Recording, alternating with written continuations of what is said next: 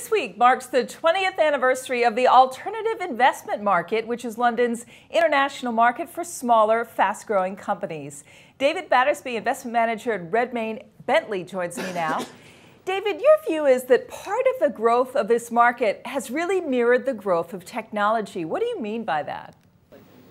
I think that's very true, because technology is one thing that's driving all companies in all sectors. And generally, when we talk about technology, we think about the marginal, small, technology pure companies.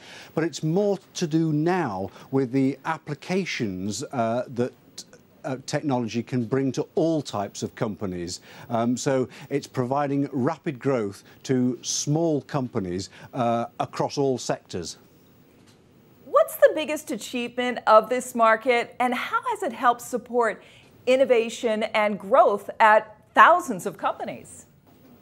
I think one of its biggest achievements is the ability to, draw in, large amounts of money and enable these companies to grow. Because when it started 20 years ago, you've got to bear in mind that none of the companies then are actually still there now.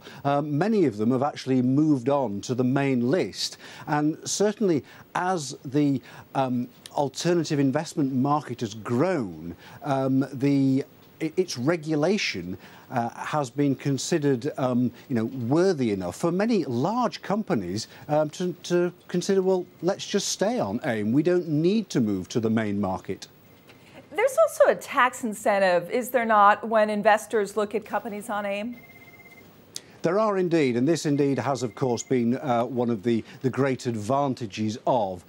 People look to the alternative investment market for inheritance tax purposes in the UK, because the rules are for the HMRC business property relief that state if you invest in companies that are unlisted, and AIM companies are considered not to be listed, they are traded on the London Stock Exchange, not listed, and as long as they qualify for certain rules, then you can gain from inheritance tax on your estate.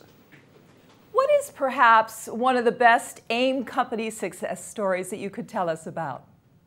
I think one of the best, and I mean certainly the share price volatility, may be a concern to some investors, but ASOS is an international brand. It brings in that technology element which it couldn't survive without. It trades on the internet, it trades all around the world, and it has been a huge success. Originally trading as seen on screen, bringing fashions to the everyday purchaser very, very quickly.